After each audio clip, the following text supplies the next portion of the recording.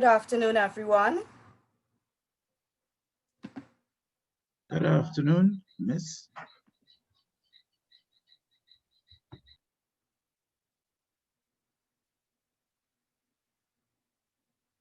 Good afternoon and welcome to TTUTA's first edition of Sunday School, entitled These Pesky Packages.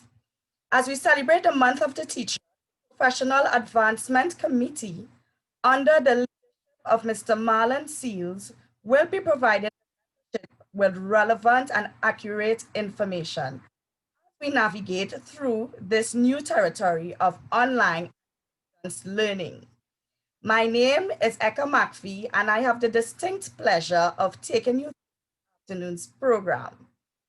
I will now like to invite the first Vice President, Mr. Marlon Seals, to bring greetings.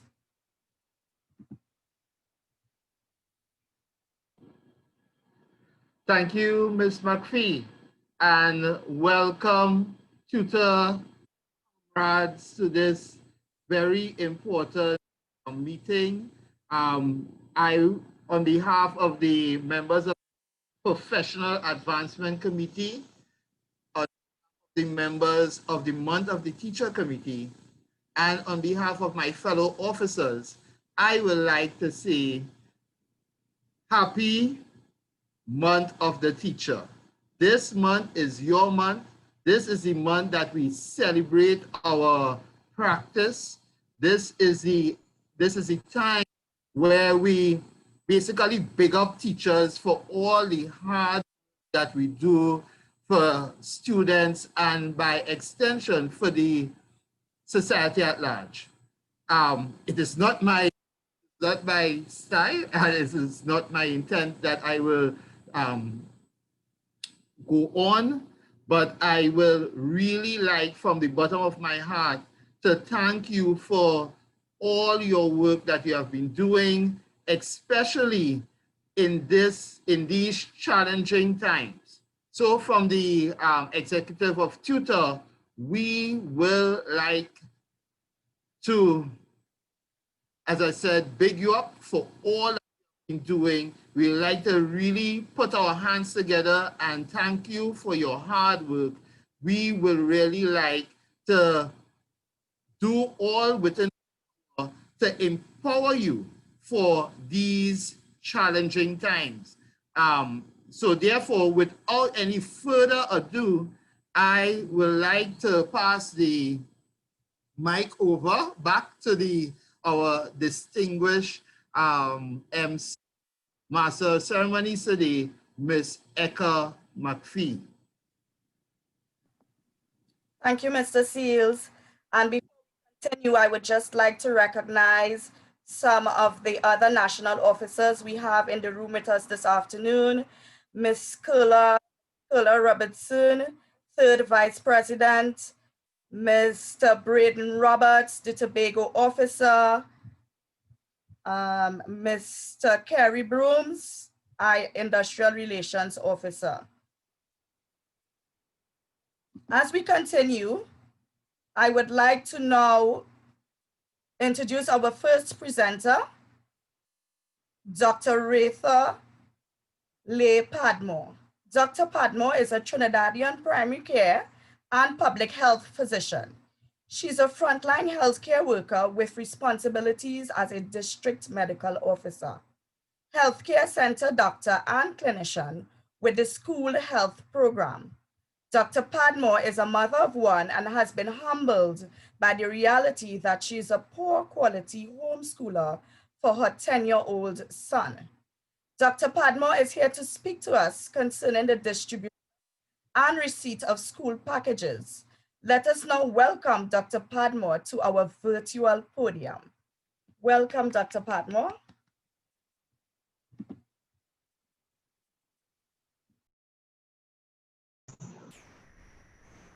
Good afternoon, everyone. This is Dr. Padmore. Good, thank you again for having me. I think that bio I may have sent to Mr. Seals a couple months ago during our first lockdown when we were all experimenting with distance learning and online teaching. But it still holds true. as this new academic year has begun and we're about a month, yes, we've finished the first month of this academic year. I still hold up both my hands in contrite humility at my poor quality skills as a homeschooler. The good Lord knew what he was doing when he gave me the opportunity to practice medicine and gave me the resources to be able to have my child go out to school. So even in this virtual, the virtual classroom, I tip my hat to all of you educators, to all of you teachers, to all of you professionals for navigating this space with us as parents. So this is really to reinforce what I believe is already happening, because I can see it in practice with my own within my own family, the extended family that is, and speaking to other colleagues who have children at school, state school, as well as at private school. So it is, I think, a familiar practice and some familiar routines, but just really to reinforce what you are already doing and encourage you with it. Back at the end of last academic year, I know across Trinidad and Tobago, we were really, really hopeful that we would be able to go back to the classroom, and if not the classroom full-time, to be able to benefit from blended learning. But that was not the case come September. And here we are in the virtual classroom. So whether our children are learning via printed material, they are using the television tutorials, or they're doing it via online teaching, it is distance learning at home. All right. So in that first slide, it's just an animation like, illustrating that distance learning, where it's in some cases for families that do have the resources, they are using screen technology, online technology, digital technology in some format. In the next slide, we are playing multiple roles. Those of us who are guardians, who are parents, grandparents are being brought back into the role of parenting and supervision. And we sincerely are thankful for their commitment and their willingness to step in, for parents who are working, parents who have to wear 2, 3, 4 different hats. The grandparents have stepped forward in taking on some of the supervisory role of childcare, and in this distance learning environment as well, they have tipped their baby toes and all 10 toes in some cases into learning this new platform with our children. In some homes where there might be adult supervision, as well as the tools, the digital tools for a virtual learning environment, we do recognize that for many across Trinidad and Tobago, those resources are not available. So in some cases, and moving on to the next slide, we do see that our children are being tasked with the responsibility, some at a very, very tender age, of having to navigate and maneuver their learning independently. And that is quite a tall order. So what I'm hoping to do this afternoon is just support you as the educators in transitioning and doing what you can to the best of your ability to safely and thoroughly prepare some the printed material that will be that is sent and shared with some of our children. Yeah. So distance learning at home. So in this animation, in this illustration rather, you have on the screen there a number of persons sitting side by side on all around a table, working from what looks like a production line, an assembly line of some illustrate what I think is happening in some environments in preparing some of the printed learning material that is distributed to the students. So in this first part of the presentation, I'm focusing on how you go about preparing the material, not so much the content of it. The co-presenter will talk about the content, but in preparing the learning material, I envision an environment where, as teams, you would come together and assemble some of the material, package it, label it with the student's name, and have it prepared for distribution. So in this particular image, I wonder if I can ask for a few volunteers under the umbrella of COVID. Looking at this image, if you can highlight and discuss some of the no-nos that should not be in practice under the COVID restrictions. If you want to speak or put it in the chat and I can read it, that would be fine.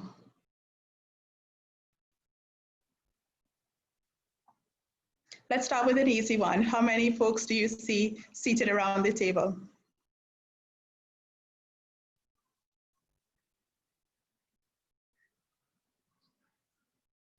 Sure, so Kagan is saying, yeah, no one has on a mask, right? So that's one definite no-no. Right, too many. So what? Good. So what's the number? What are the current public health guidelines for gatherings of people? Right. Thank you. So okay, wonderful. So it should be a gathering of no more than 5 persons, not more than 5 persons at any one time. Good. There's no physical distancing. Yeah, they're sitting pretty much shoulder to shoulder. Yes, a good dozen or so people around that table. Working very feverishly, all right, to get the job done, but they're breaking a number of the public health guidelines and COVID restrictions, right? So there are too many of them in this one place, right? Over 5. They are not practicing physical distancing, so they are certainly less than 6 feet apart from each other. Not one person is wearing a mask. And although this is not part of the illustration, we're not seeing any windows in this particular frame. So it is possible that they could be in a windowless room, and that is suggesting that there's poor ventilation. So that's something that we'll speak to as well. All right. So in the next slide, what I've done is just highlighted some of the points that in coming together with your teams to assemble some of these packages of printed material and hard copies. On the left-hand side there, you must be mindful of what our public health restrictions are, all right? If you can go back, yes, you do want to avoid crowding together. As far as possible, avoid an enclosed space. So if as a team, you could work in a well-ventilated space, and well-ventilated space really speaks to open windows on opposite side of the room. As hot as these days are, and the air conditioner is certainly the preferred mode of cooling the room, there's evidence over the pandemic that air conditioning units, which may not be well fitted with the right type of filtration system, air conditioning units that have not been serviced at regular intervals, can be contributing to circulation of air that may be contaminated and have the aerosolized particles of, that could be breathed and rebreathed by persons sharing that space for a prolonged period of time. So if you are working together in your group and you start with the AC, I do encourage you at some point during your exchanges and your deliberations to try and open windows. It doesn't have to be the full bank of windows, but maybe 1 or 2 windows on opposite side of the rooms as far as possible to try and generate and encourage the circulation of air. If there's a ceiling fan, if there's a standing fan, all of that helps move the air across the room and through the room so that it is not stagnant and you're not just rebreathing the air. All right, so good, adequate ventilation while working together is essential. All right, as far as possible, you do want to keep to that 5-person minimum, you know, as the task allows. And one way of reducing the numbers of persons needing to gather together is in advance trying to prepare some of the material electronically so that when it comes time to print it and run it off, it's already done. And you just put in the USB drive, or you set up the PC and you press print, and then you produce all of your hard copies, and then it's just the production line to assemble them into packages that you can label. The sharing of tools is also discouraged, again, because of multiple persons handling the same material.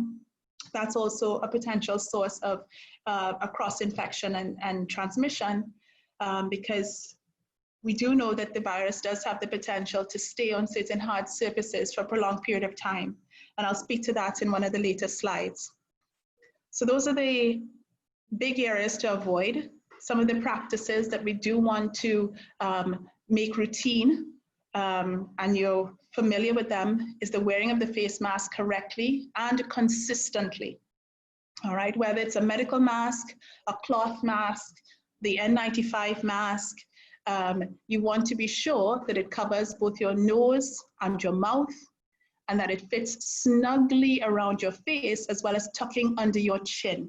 It cannot and should not just sit across your face, across the nose bridge, across your lips, and across the front of your chin. It has to be tucked under your chin and fit snugly all the way around your mouth, and you can secure it behind your ears, over your head, and behind your neck. All right. Practicing physical and temporal distancing. So that second term, temporal distancing, is one I will elaborate on as well. The physical distancing we're all too familiar with, where it is recommended to have at least a 3-foot distance all around you in a, right? So if you are working with a colleague, each of you should be able to extend your arms outwards towards each other, and your fingers should not touch. For an adult person, that should cover a 6-foot distance between persons. So as you arrange yourselves at your workstation, if it is a long table that you're preparing the material along, try and maintain that physical distance from each other while wearing your mask correctly.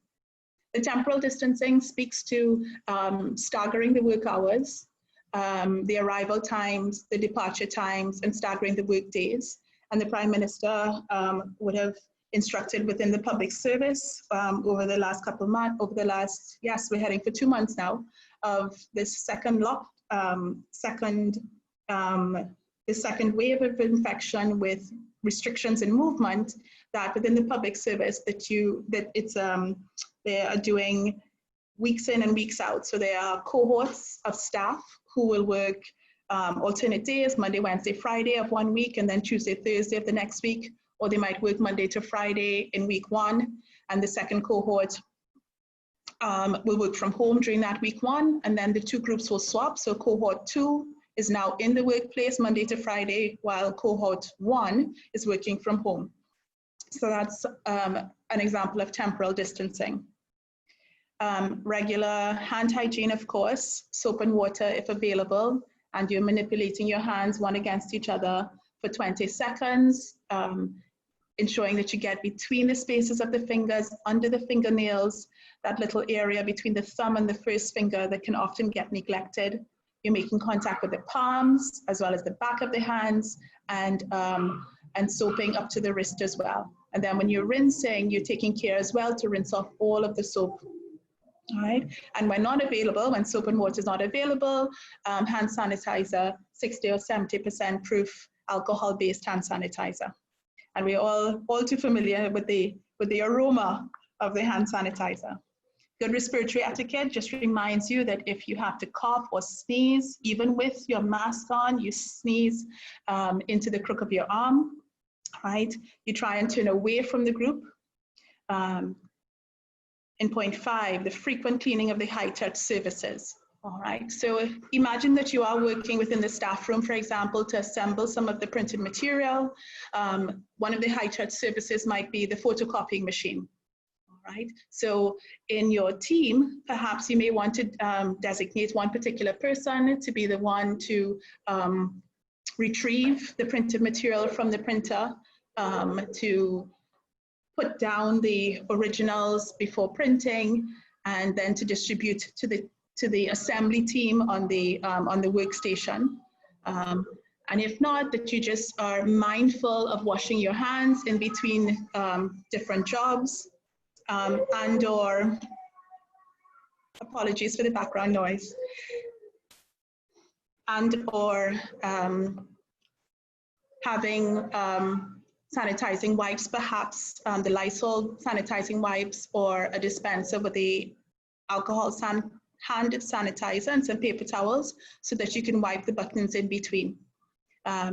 In certain areas, as an alternative, you may want to, rather than use your fingers to touch each of the buttons, you have toothpicks or Q-tips to actually press the numbers, and you can dispose of those, or just each person is given a Q-tip or a probe. You can use the tip of your pen. Once you don't nibble on the cover of your pen, you can use that as well to manipulate the buttons on the photocopying machine.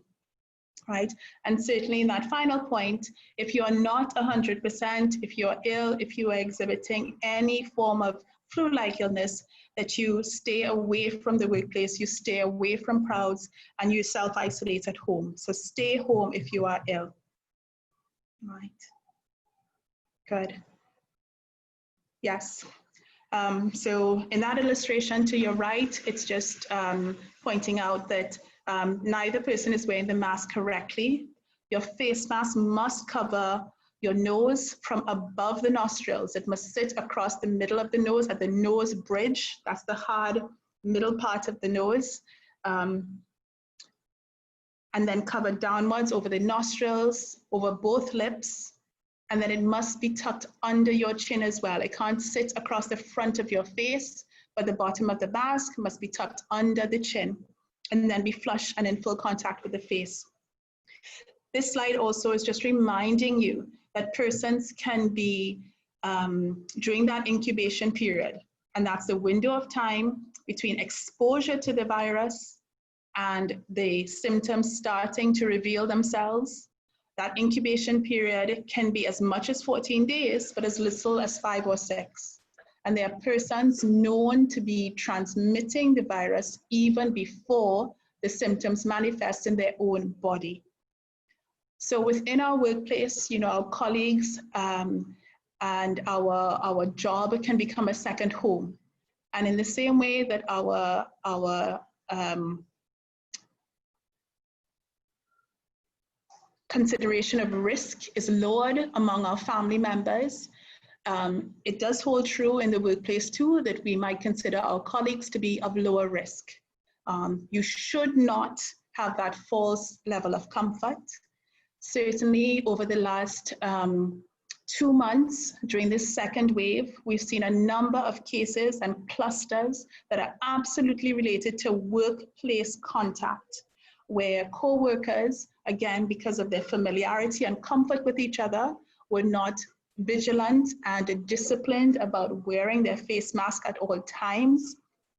And there have been outbreaks in a number of public as well as private sector businesses, large organizations as well as smaller ones, because the staff were not vigilant.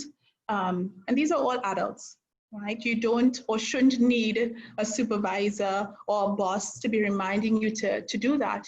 You're protecting yourselves, you're protecting your family, and you're protecting your.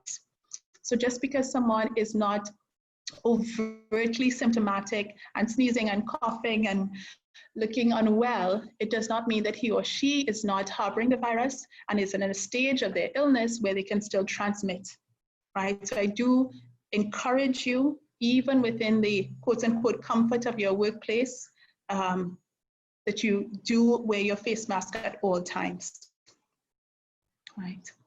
In the next slide, this was a publication that came out very early on. This was in March, some research out of a lab in North America, just testing the persistence of the coronavirus on different surfaces. And these are surfaces that you find at home, as well as in the workplace and all around us. And if I could draw your attention to the two images at the, let's say, 10 o'clock position and 11 o'clock position, as on the face of a clock, coronaviruses can persist and stay on paper for up to 4 to 5 days.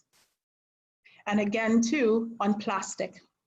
So whether it's the plastic of your workstation, or even consider too the plastic of your writing materials, your pens, or even the stylus on your laptop, the keyboard of your desktop, the plastic envelope.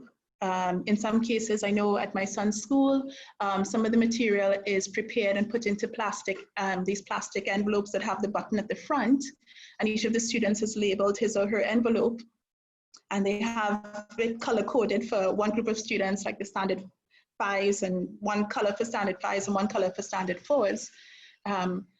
It is possible that the virus can stay on those surfaces for this window of time. So if you can imagine, if the student is returning some worksheets in exchange for a new batch of material every week or every fortnight, you as the recipient, you collect it in good faith. I mean, you're looking forward to correcting the assignment to see how the student is progressing.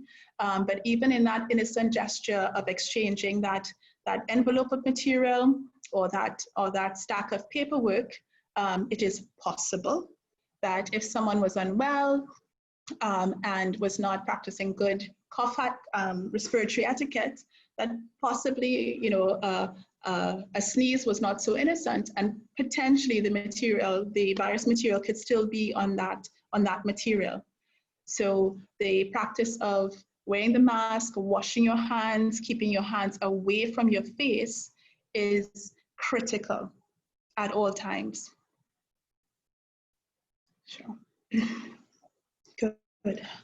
And the next slide is just the summary slide again about when working together in preparing some of this printed material, that you are still in a zone of vigilance with your personal habits and on your own actions. Okay. Good. So let's move on now to the distribution. So let's say that the printed material is labeled and packaged. You've created either the plastic envelopes or the manila jackets, or even the yellow and orange envelopes with each student's name, and you have advertised and communicated by your WhatsApp group or your telephone chain. Hey, parents and guardians, yes, all right, so the material for the next fortnight, let's say, is now available for collection from the school. The office will be open from on Monday from 8 o'clock until ...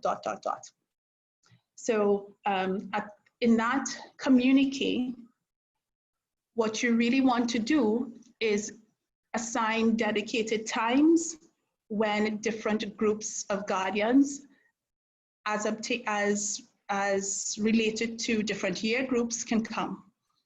Okay, so that you try to have a controlled flow. And depending on the size of your student population, you may have to stagger it over several days. So you may not be able to distribute material for the entire school on one day alone. If your staff, you know what your material as well as your human resources are like. So you may need to stagger it over 3 mornings, for example, and say to your standard 1s and 2s, yes, we can please come on Monday between 8 and 10 for the standard 1s, between 10 and 12 for the standard 2s. And then on Tuesday morning, yes, 8 to 10, we'll have the standard 3s, and 10 to 12, we'll have the standard 4s, and then standard 5s can be accommodated on Wednesday morning. All right, if you miss your window, please let us know and we'll arrange another time. So in your communique, whatever form of communication you have with your parents and your guardians, please be specific and explicit about the window of time that they can come. If yours is a community-based school and you know a number of your pupils are resident within the neighborhood and therefore may be able to working hours, daytime hours, good. If you are considering too that that the guardians may not be able to come away, are working people, and therefore cannot come during the 8 to 4 hours, and you make provision for that as well. However you do it, just be very, very clear in your communication. At this point, I think it is useful to engage volunteers that may come not from among the teaching ranks, but consider some of your custodial staff who want to participate in the distribution and collection, some volunteers who might come from the Parent-Teacher Association and want to be part of that service. And yes, some staff as well who would be familiar with the material in the document if there are any questions on the day pertaining to some of the printed literature. You always want to identify a well-ventilated space and preferably somewhere that may be outdoors. So the examples I have here are carport because it's sheltered and we're into our rainy season. We had a blessing of a shower today. All right, so it's a covered area. If you're using your car park, you may want to have a backup. If there's a tent that you can have, certainly there, but have a plan B. The school hall. In some facilities, depending on your resources, your human resources and your staff, you may be able to create a drive-through system where the person coming for pickup or submission may not need to get out of his or her car. As long as your resources can accommodate this, that would be really ideal. For those who are walking, you want to be, you who are on the compound, you who are doing the distribution and the receiving of bills, you want to model the behavior that you want them to see. So all of your volunteers and all of your staff should be wearing the masks at all times correctly. All right, and it takes nothing just to politely correct a co-worker who may, yes, be feeling a little claustrophobic or uncomfortable and may lower their mask and forget to replace it. And remember, once you've manipulated, once you've touched your mask and touched your face, once the mask is repositioned correctly, you ought to sanitize your hands again, because the outside of the mask is considered the soiled or the dirty part of the mask, and you want to keep your hands clean. All right. For persons who are coming onto the compound, you want to have someone stationed at the entrance, again, insisting that he or she is wearing their mask correctly. If you do have the facility to do body temperature screening and you can check the temperature, by all means use that. Healthy is any temperature of 37.5 or below. So 37.5 would be considered a raised body temperature. So 37.4 and less would be considered healthy. Any visitors to the compound, you want to encourage them to wash their hands. So your sinks and your hand washing stations or your hygiene stations should be prominent, right? And again, you want to practice the appropriate physical and temporal distancing. So markers on the ground that are 6 feet apart.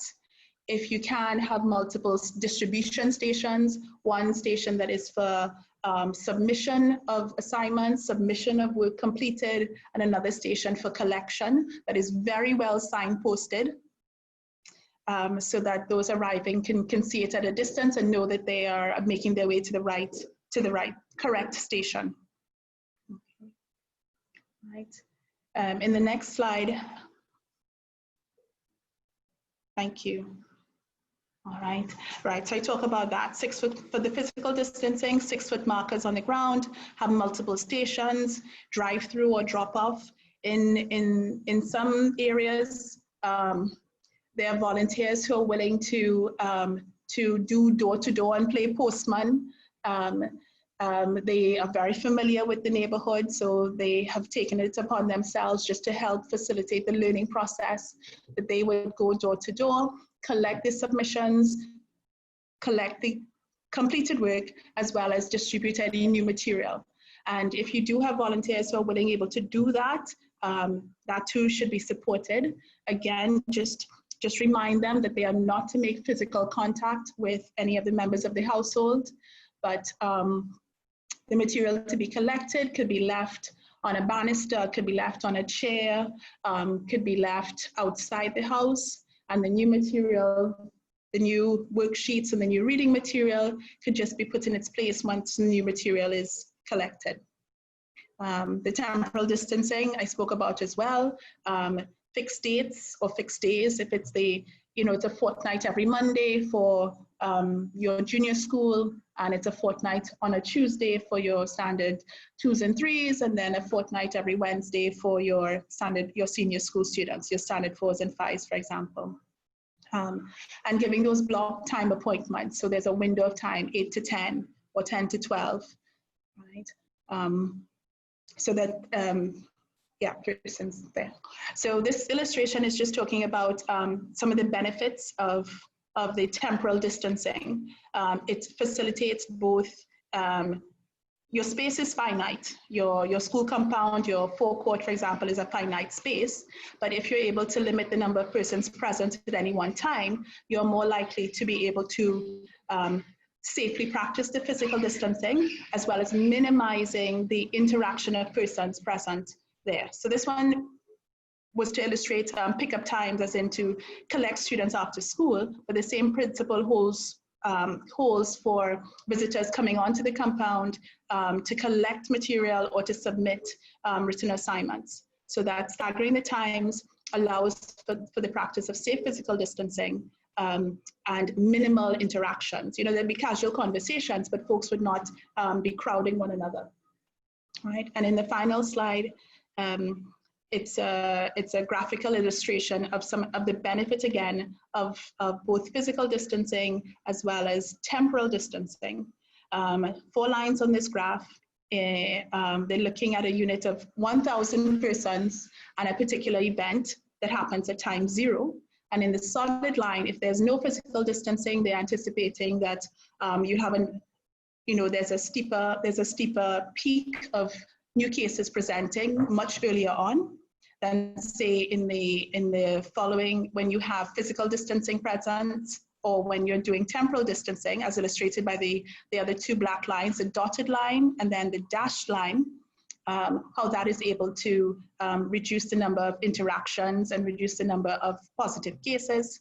And then finally, in the red line, it's the combined effect of both physical distancing as well as temporal distancing in managing to flatten the curve. All right. And the very last slide is just the summary slide again, just encouraging a number of different techniques when doing the distribution of the learning material. It's no one thing that is going to be successful. It's a combination of tools, a combination of practices that are uniformly practiced that can help by way of mitigation measures to help reduce the transmission of coronavirus. Good. Thank you. And I'll take any questions, either in the chat or audio. Thank you. Thank you, Dr. Patmore, for such an informative presentation. Participants, please know that our time is limited, and therefore we are asking each person to only ask 1 question. If at the end of our second presenter we have more time, then we can allow for further questions. Thank you.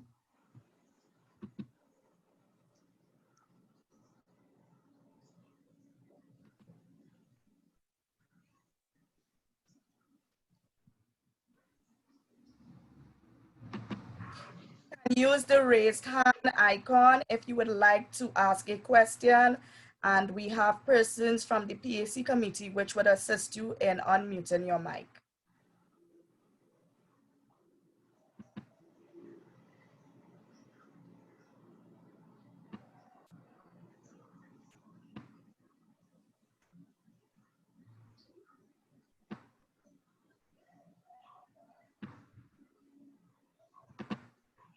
Any questions?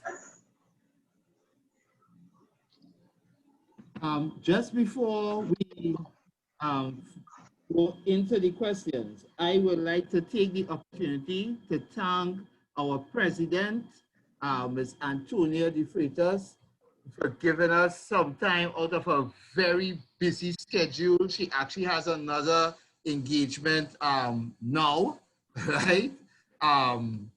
Is she still in the room? Yes. So I'll just give her a little time to say to you guys. our president, Ms. Antonia De Freitas.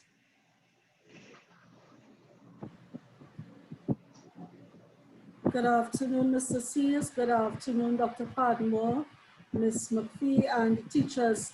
Thank you very much, Dr. Padmore, for a very informative presentation. Thank you very much to the members of the Professional Advancement Committee. And we look forward, colleagues, to your continued participation in our Sunday school. Do have a blessed afternoon. Take care. Thank you, Madam President. All right, yes, I turn the mic back to the Master of Ceremonies, Ms. Eka McPhee. Good afternoon again to our president, Mrs. Antonia De Freitas. I am seeing a hand up for Mr. Keon Orr. Question from Mr. Keon Orr. Right. Good day. You hear me? Yes, we are. All right. Great. Right. My first question. I've been in and out. Regarding the collection of papers or scripts, right? And hopefully they'll be largely paper. I was in and out, right? And now have a stable kind of connection going on. What is the minimum time required? I think you spoke about COVID staying on surfaces for a certain period of time. Just remind me, I'm not sure if I missed it.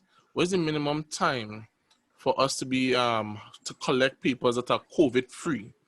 If we have collected it and stored it away in a safe place.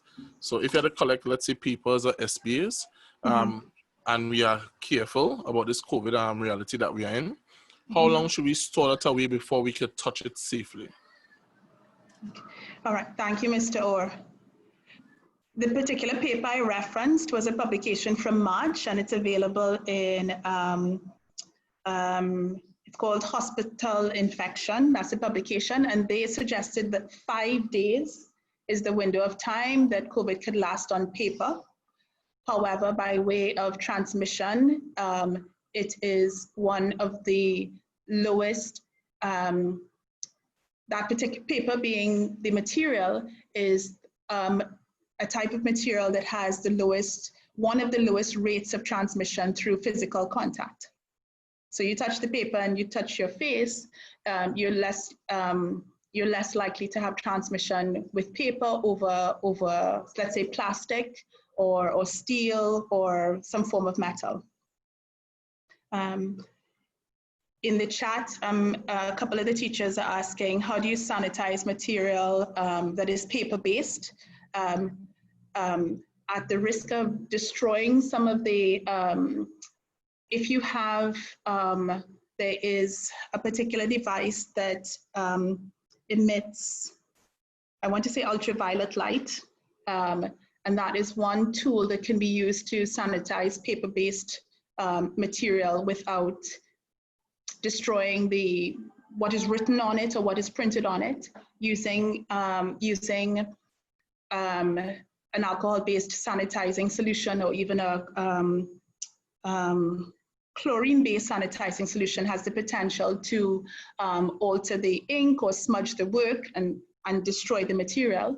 So if the best, quote unquote, the best way would be just to receive the material and wait a minimum of 5 days before opening the packages and starting to use or starting to assess the material.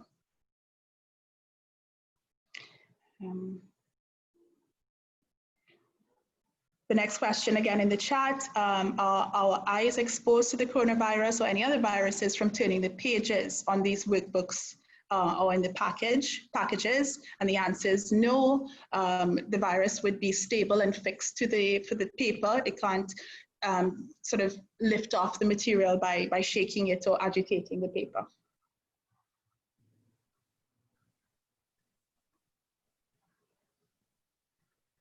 Do we have any questions? All right.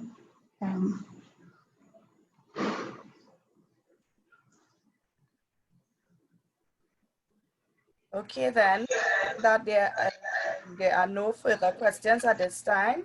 Again, we would like to thank you, Dr. Padmore, for your presentation, for your quite informative presentation, and taking time out on a Sunday afternoon to basically inform teachers and to help teachers navigate through this new normal.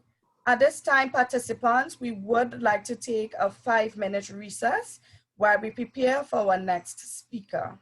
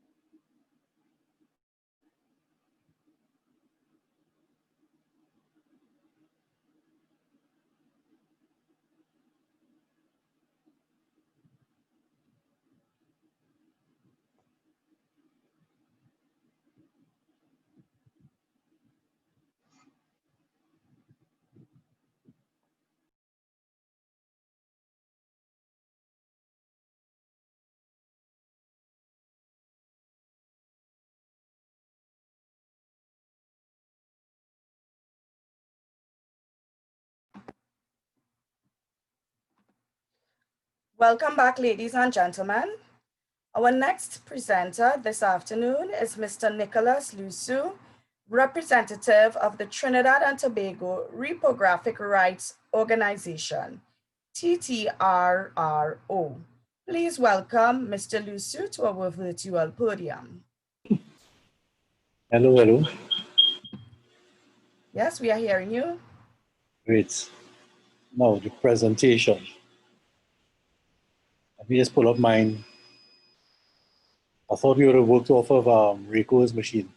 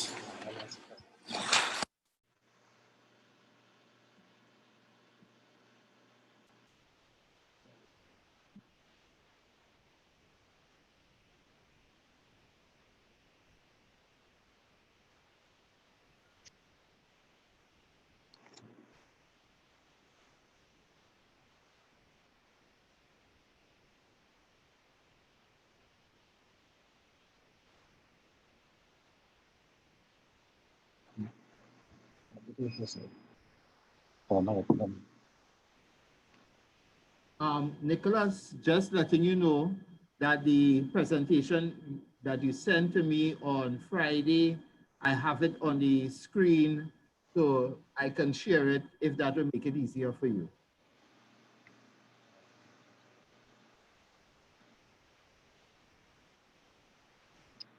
One question, who is rolling the presentation? I can. The name is Sears Marlon Sears. I'm the person I've been contacting all week. Roll to the first slide, please.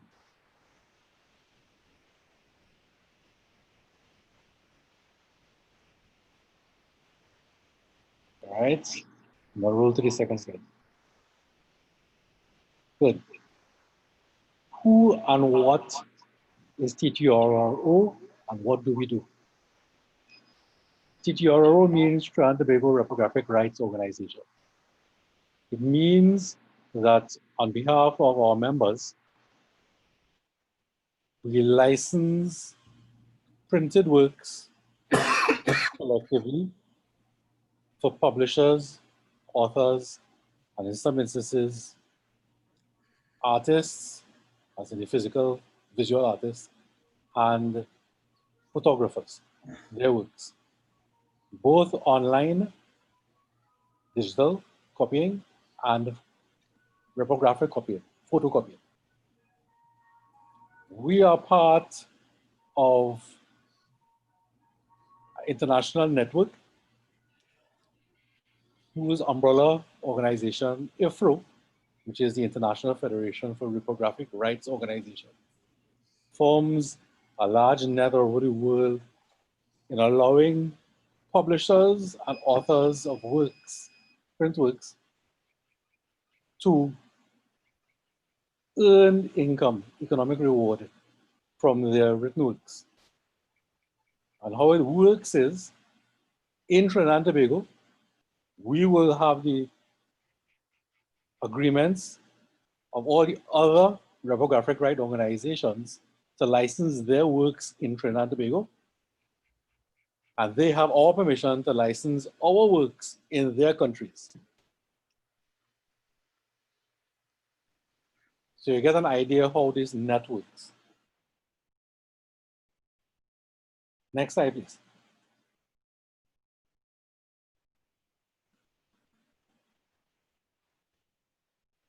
So our vision is stimulating creativity and ensuring economic viability for all creators of IP, intellectual property.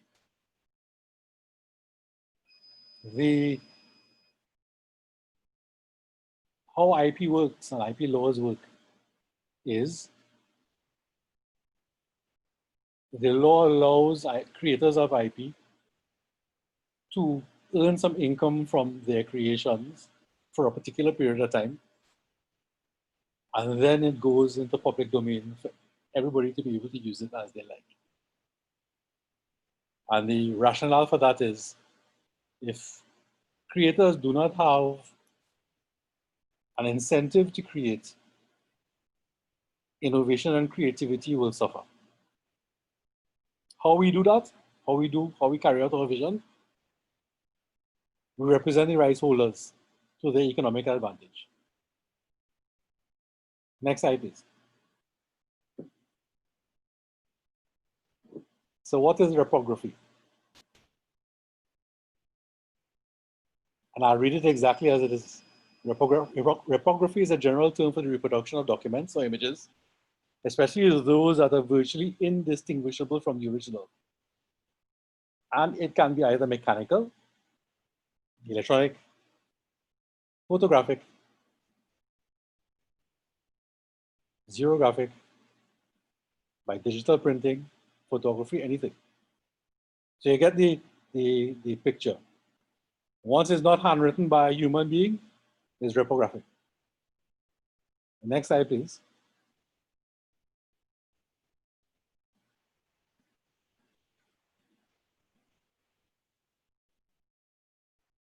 Right. Some little history about how this started.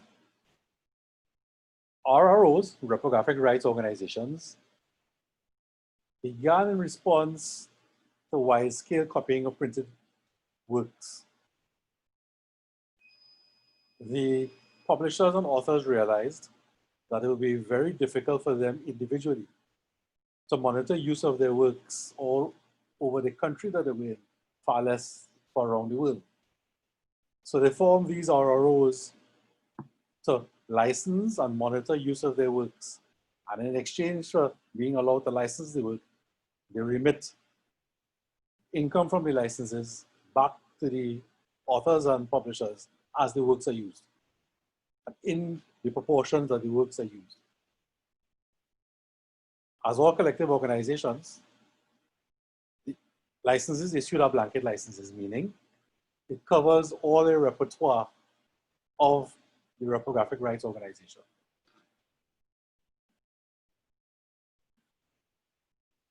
When digital works came, I suppose in a way, when it was only physical, it was a relatively easy license to monitor.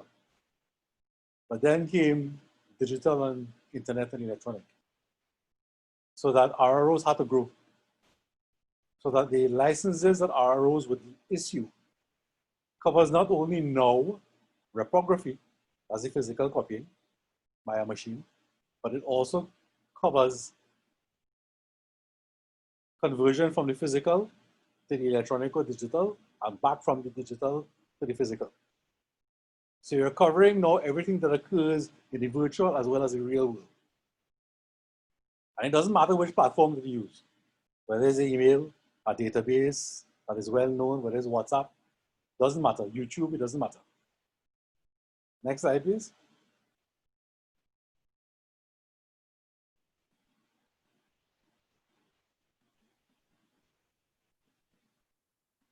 As I said earlier, we are a member of IFRO. And therefore, the way in which we operate meets the standards of IFRO, the same standards that other organizations like us, our other RROs, also cover and also achieve. In a way, the works are licensed, in a way, the licenses are structured, and in a way, licenses and income are distributed back to the publishers and authors.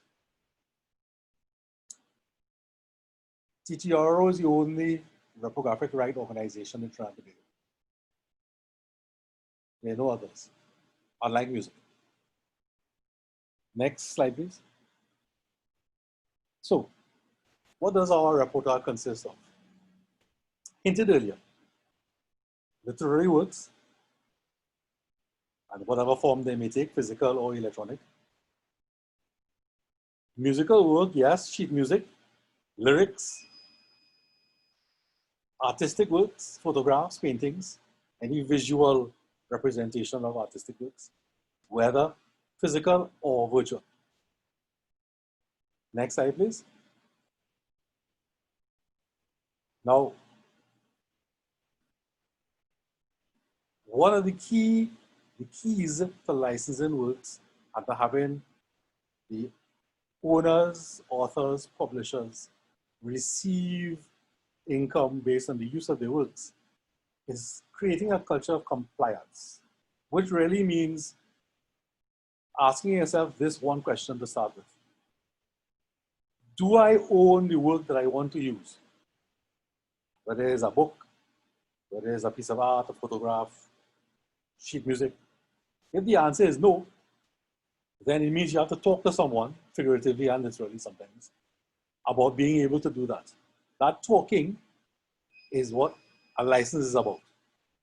So once you're not the owner, you need to get a license to do the things the owner can do.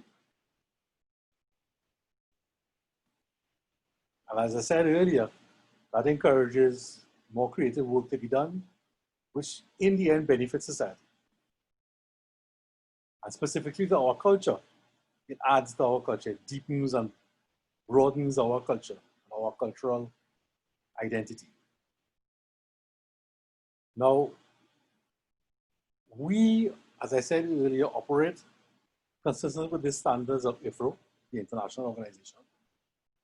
But the way in which the laws of Trinidad and Tobago are structured, it is structured to be consistent with two of the major international agreements concerning copyright. The Berne Convention, which has been around since the 1880s, are still active, and the TRIPS agreement.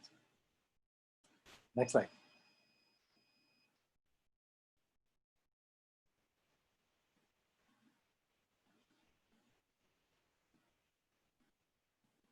Next slide, please.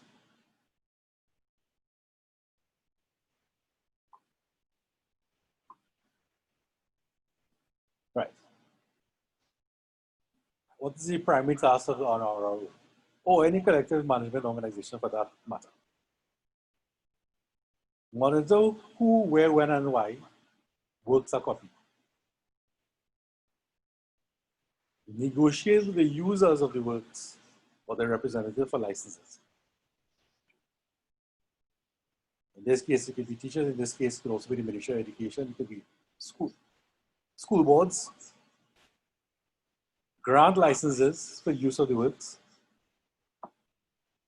Collect revenue from the licenses. But there's also another thing that we must collect.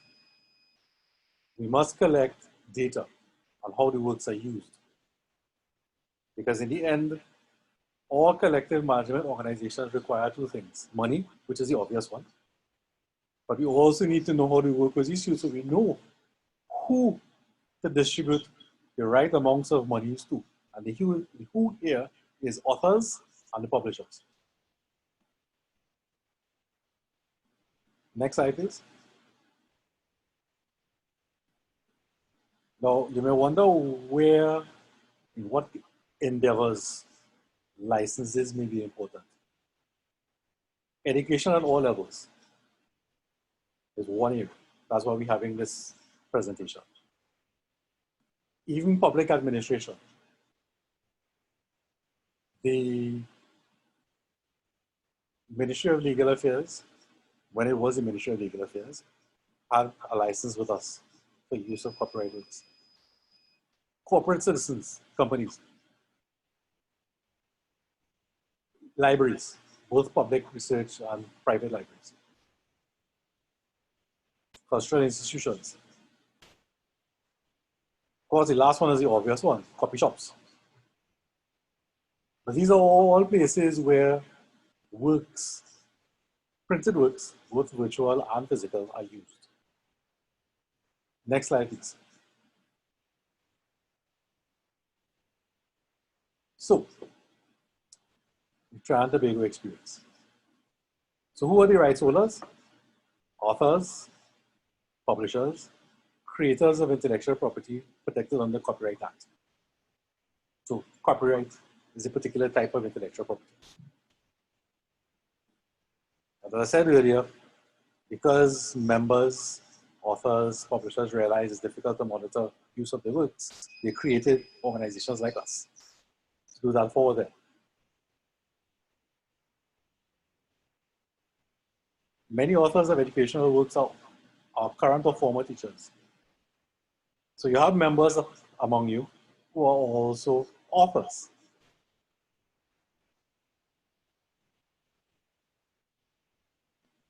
And it's important that you understand both sides of the use equation to appreciate and to respect the work and those who do the work. Create these works.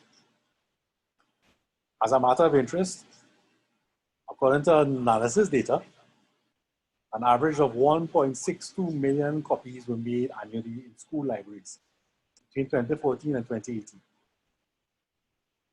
Now that gives you an idea of the scale of copying. And let me add here that was without a license. So you will understand authors and creators earn not a cent from what was copied. But a license from us fixes that. Next slide, please. Now, some history on licensing in the educational sector in Trinidad. TTUTA started in 2008.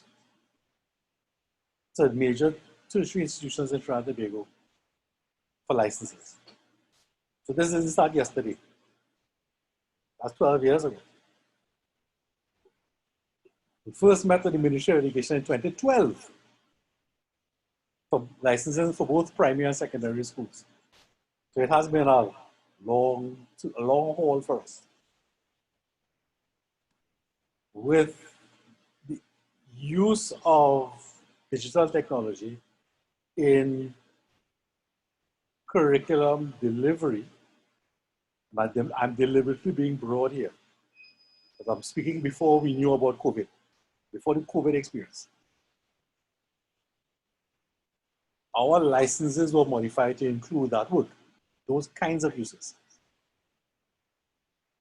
And again, communications with the Ministry of Education along those lines we used to reinforce why they needed a license.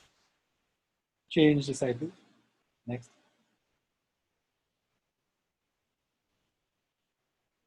Right, a bit of law.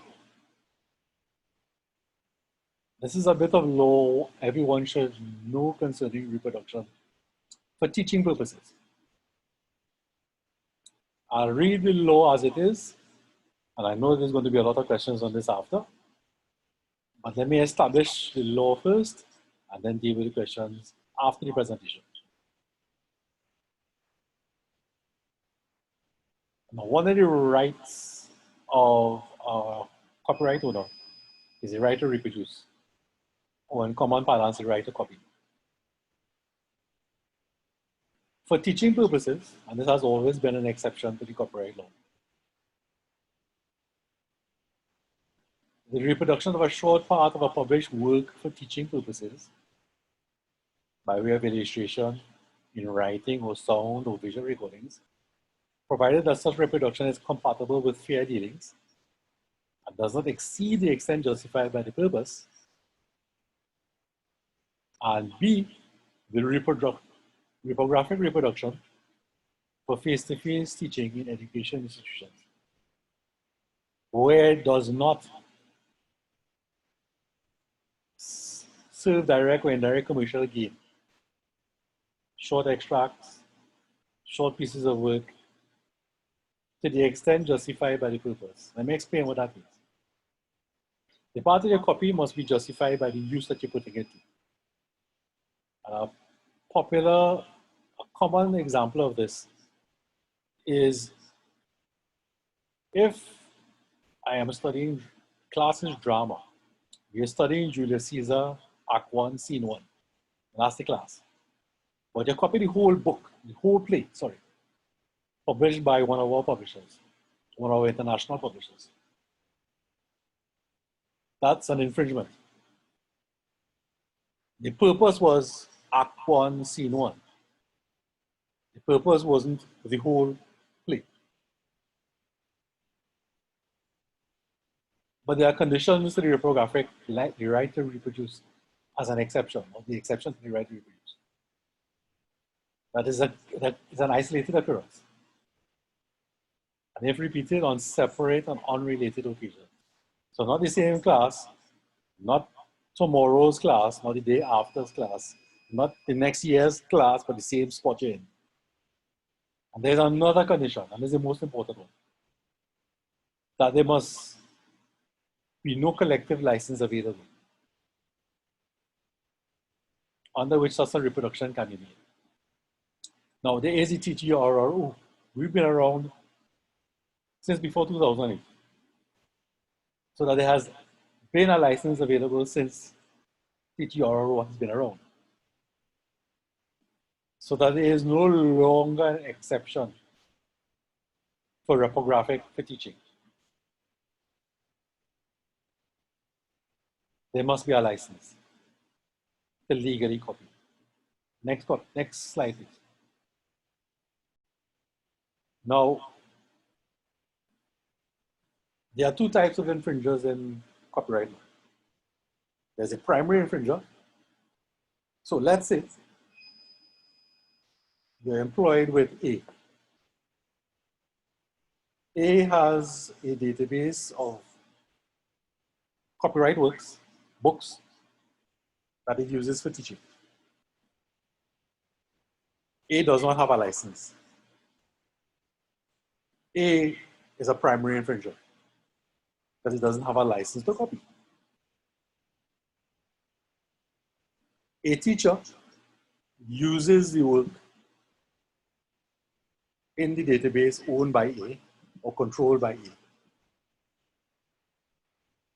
and distributes the work either virtually, electronically, or physically to students, for instance. That makes, without a license, the teacher in this case, this particular case I'm speaking about, a secondary infringer. This is the part that they infringe. Copyright on the work is infringed by a person who, without the authorization of the owner of copyright, and here authorization means a license, distributes otherwise in the course of a business to such an extent as to affect prejudicially the owner of copyright. An article which he knows or has reason to believe is an infringing copy of a work. So, even though there is no commercial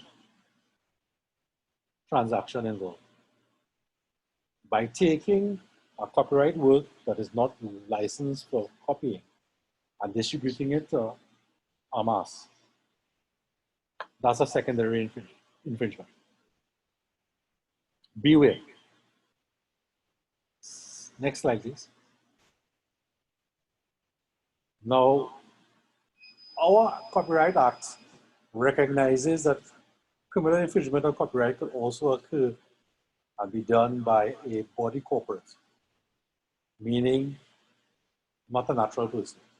So a company, a partnership, I would argue a ministry, school boards, religious boards who own schools, who control schools, would be a corporate, a body corporate. And that any officers involved in the copying, as well as the organization themselves, is liable under the Copyright Act. And you see the fine. Individuals is 10 years, and up to $250,000 per infringement. And for the body corporate, is $250,000 per infringement. Now, in our law, infringement is one work, one copy of one work. So you would imagine if you have a mass of copies of different works, there'll be a number of different charges. Laborious, yes, but that's what the law allows. Next slide, please. Now, of course, there is an easy way for everyone to do this, to facilitate online delivery, virtual as well as physical delivery. A license with TTUTA that will allow physical copying from electronic copies to a database, and from a database to physical copies, and then for students like to submit works like workbooks back to teachers. This all can be authorized with a license from TTUTA. So it doesn't matter whether the database is called LMS or whether the platform is called WhatsApp, Google, Schoology, it doesn't matter. This is the way to do it without infringing the owner's copyright. What do we do with this revenue? We distribute back to the authors and the publishers in proportion to how it's actually used. So for you, for teachers, you already have content that is created and being used or was being used physically prior to COVID. That takes some heat off of you to focus on delivery and not having to create content that is not infringing someone's copyright. I think that's my last slide.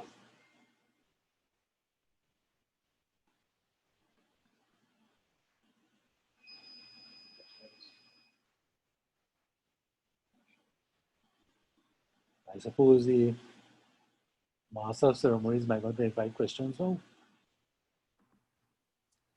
Thank you, Mr. Lusu, for your presentation. I'm sure that a lot of teachers here would have some questions for you. So at this time, we would invite persons to please indicate by raising your hand. Click on the raise hand icon so that you can ask your questions. Remember, our time is already limited, so please limit your questions. Question from Ms. Shali Maharaj. Okay, so my question is, seeing that children have bought books, right? Seeing, okay, for instance, first years. So, you know, first years can't write. They need to use the practice books like Jolly Phonics or those. Is it an infringement if the child writes in their own book and take a picture and send it back to the teacher to correct? The workbooks were made to be dealt with physically. It wasn't to be dealt with electronically. So the answer would be yes, as hard as this would be. It would be an infringement for the students to photo whatever page in the workbook they have done, and then WhatsApp it back or email it back or whatever platform you use back to the teacher without a license. Now, you need to understand there's two main rights of a copyright owner that's involved here. The obvious one is the right to reproduce, the right to copy. But another right, and one very important on the virtual platforms and virtual uses, is what is called a communication to the public, which is a long way to describe internet use as one of the uses. So when you do that, you're actually infringing two rights of a copyright owner without a license, as if you don't have a license. If TTUTA MOE enters a license with us, that will be allowed under the license. Answers the question?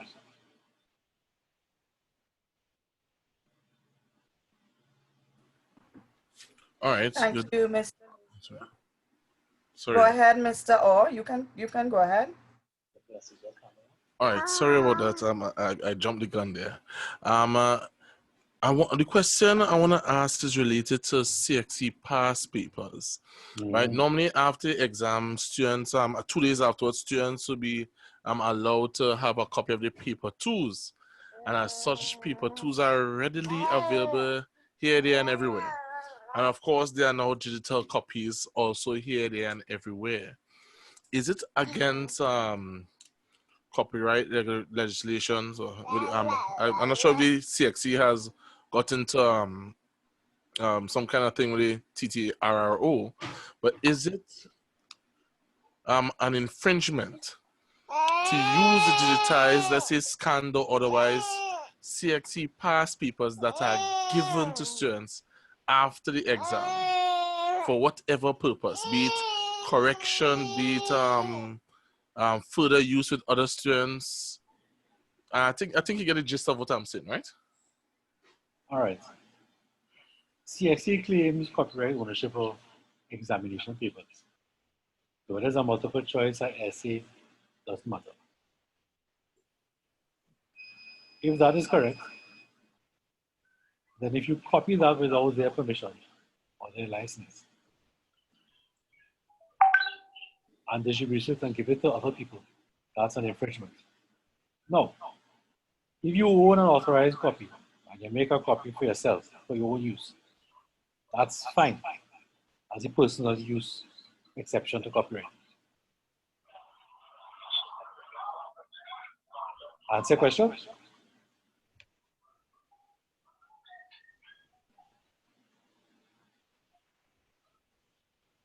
So I see somebody in the chat room asking if the Ministry of Education has a license with God. The answer is no.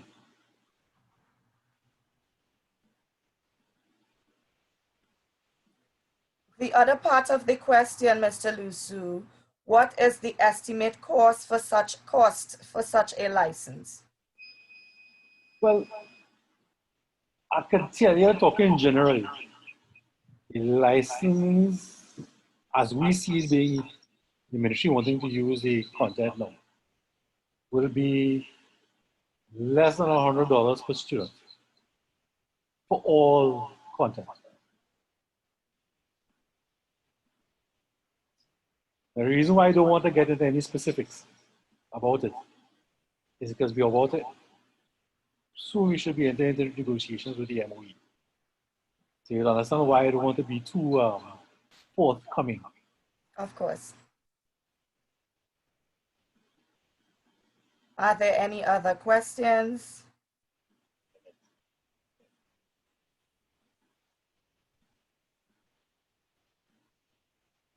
There's another question from Ms. Mohammed in the chat. What length of time must elapse before published work goes into the public domain? All right. As a rule, any copyright work expires, it goes into public domain as far as the author is concerned 50 years after their death. Or in the case of a published work, 50 years from the publication date. As in Trinidad. In other countries, it's 7 years. Can you repeat that? In other countries, it's how long? I'm sorry. Normally 70. Oh, okay. Thank you. And we have a Ms. Donna Trail hand. Her hand is up. Thank you, Madam Chair. So I'd just like to ask if, firstly, this conversation is not misdirected, because I'm hearing basically, and you can correct me if I'm wrong, that you're generally telling us that the ministry has more or less not recognized your institution, even though you have made it clear that you represent. No, I never said that, you know. I said well, so you've been around since 2012. Let me finish, please. You've been around since 2012. We are in the middle of a pandemic, and up to now, the ministry has not bought licenses on behalf of teachers and so on. So I get that is really what I've gotten from what you've said, but teachers here are in a position where we want to reach out to our students. We understand that many students, because of financial constraints, which of course are made worse by the pandemic, we want to be able to offer students something. So I think while I want to be very thankful.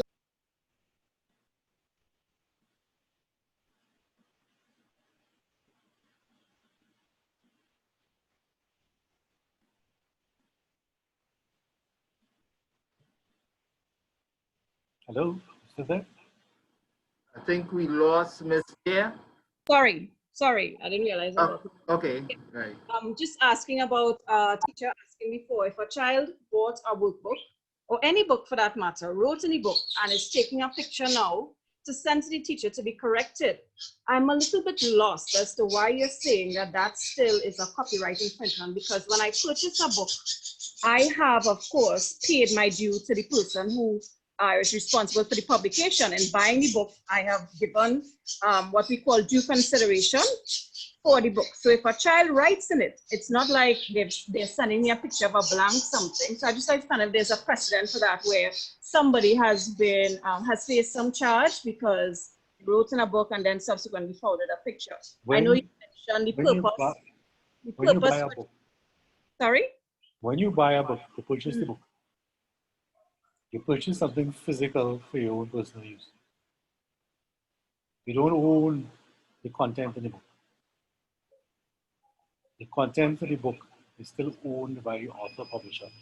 Right. So I don't think the teachers are at all questioning who owns the content. We are simply forwarding the answers to the teacher to be corrected. So at that point, there's no dispute as to what we're using the content for. The content is the answers to whatever it is in the workbook, and you just said that it's still liable to infringement. So I just want to know if there is a precedent where that has happened and somebody has been guilty of committing an offense, and what has been the outcome. That's really what I'm interested in. What precedents have been set? Because I took all of the history and so on. So in Trinidad and Tobago up to now, how many people have faced charges for copyright infringement? Thanks.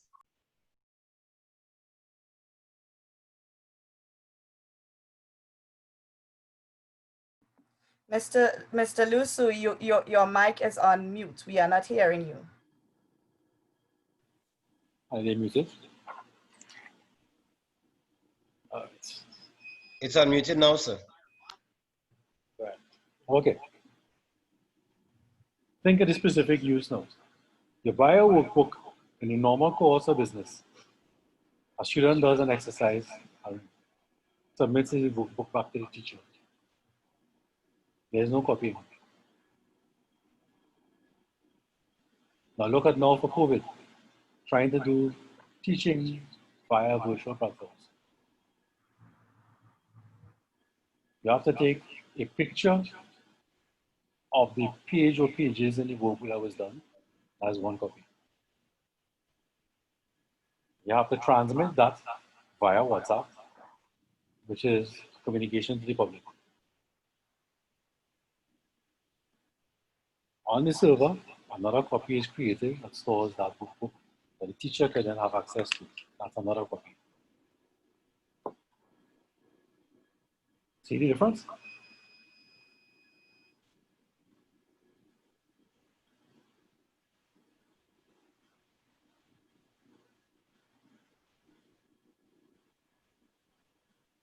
Okay, thank you very much for your response, Mr. Lusu.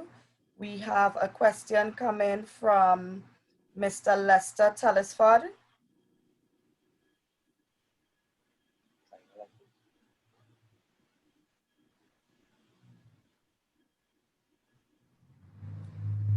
I'm not seeing a question here from Mr. Telesford. Telesford, we are trying to unmute you. Okay, are you hearing me now? Yes, we are. Yes, Mr. Lu, for many years, teachers have had the problem of having parents pay for new versions of books. Sometimes they were slightly altered. And that is a problem that parents have to go out and put a new set of money, although they might have had the book bought for a child that might have been a little older. They can't reuse the book. They're now having to buy new books, and sometimes those versions are just slightly altered and are very high, much higher in prices than they paid for the last version. Is your TTRO looking at these things, because it's very a very serious situation, because over the years and years gone by, sometimes books are handed down from one child to another. Why we have always these new versions, and they're not very much different, and they're just slightly altered, and parents have to pay a much higher price for it. Is your organization looking into that? The publishers issue new editions based on changes in curriculum. If they don't, the Ministry of Education will not accept the books for use in schools.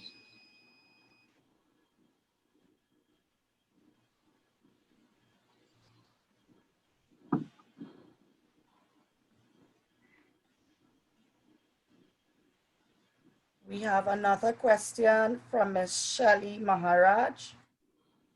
Okay, so I have two questions now to follow up from Mr. Telesford, sorry. One, yes, you all change it based on the change in, it's changed based on the curriculum changes, right? But recently, I bought a book last year, October. It was supposed to be SCA 2019 and beyond, right? Now my binding was falling apart, so I went to change the book. Lo and behold, the book has changed. It's still saying SCA 2019 and beyond, but it's an updated book that was done in just a mere couple of months, right? That's my first problem. The second one is it copyright infringement if I basically teach using my whiteboard, but I use some examples from the book or the exercises from the book? So I'm not making an actual copy, I'm not sharing it, but I'm teaching on a whiteboard using the book. All right, let me handle the first one first. Some changes, and that may be the case with that change you mentioned earlier, are made because of a report by the textbook evaluation committee. So again, publishers don't have much of a choice in making the change. It's either make the change or the MOE won't accept the book for teaching purposes. Second answer.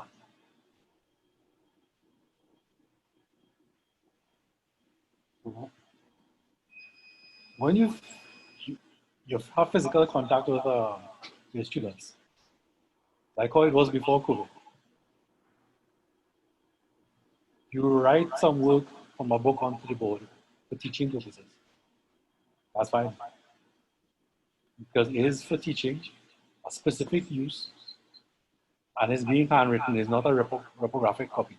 It's not a machine-generated copy. Handwritten. That's fine. Where it changes is when you take it to the virtual world, where it's no longer physical. You have a copy or a number of copies occurring. You have in communication to the public of the world. You have a copy on a database to allow people to access. So you see taking it from the physical to the virtual involves many times many different types of rights being used. It takes out just a movement from the physical to the virtual.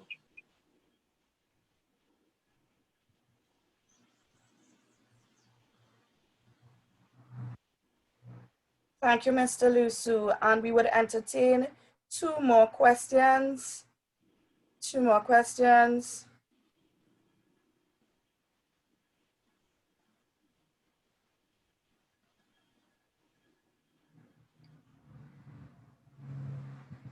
Someone in the chat asked, well, Ms. Donna Trail, kindly advise on if and how many individuals have been prosecuted for this offense in the educational arena.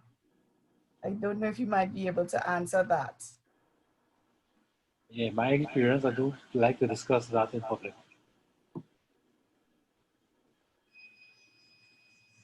I've done the same thing for when I was at court, and I've learned that is not something you discuss in public, other than very general information. And I'll tell you why. My face is known.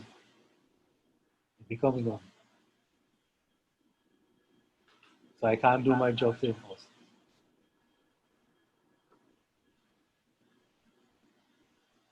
Okay, Mr. Lusu, thank you for your answers. Thank you for engaging us this afternoon. Thank you for taking your time out to keep us informed. Ladies and gentlemen, we have come to the end of our program. Sincerest gratitude again to our presenters, both Dr. Padmore and Mr. Lusu. Thanks again for coming out on a Sunday afternoon. Thank you to the national officers, Mr. Marlon Seals, and TTUTA's Professional Advancement Committee for the planning and execution of today's program. And last but not least, a special thank you to you, our participants. And remember, same place, same time next week. May I just, if anyone has any questions, could you, if you don't mind, Ms. McPhee, they forward it to you and you could forward it to us? Sure, no problem. We can do so. We would keep the lines of communication open so that if we get any further questions, Mr. Marlon Seals, the person that you would have been communicating with before now, would email you the questions. So same time, same place next week. I don't know if Mr. Seals would want to say anything closing to close the program. Thank you, Ms. McPhee.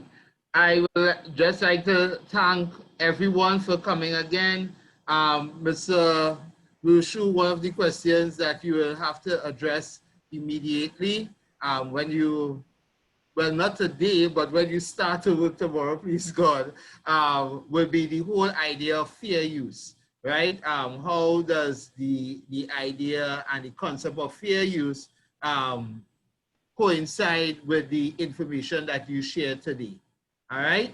So again, ladies and gentlemen, comrades all, we would like to thank you for your involvement in today's program.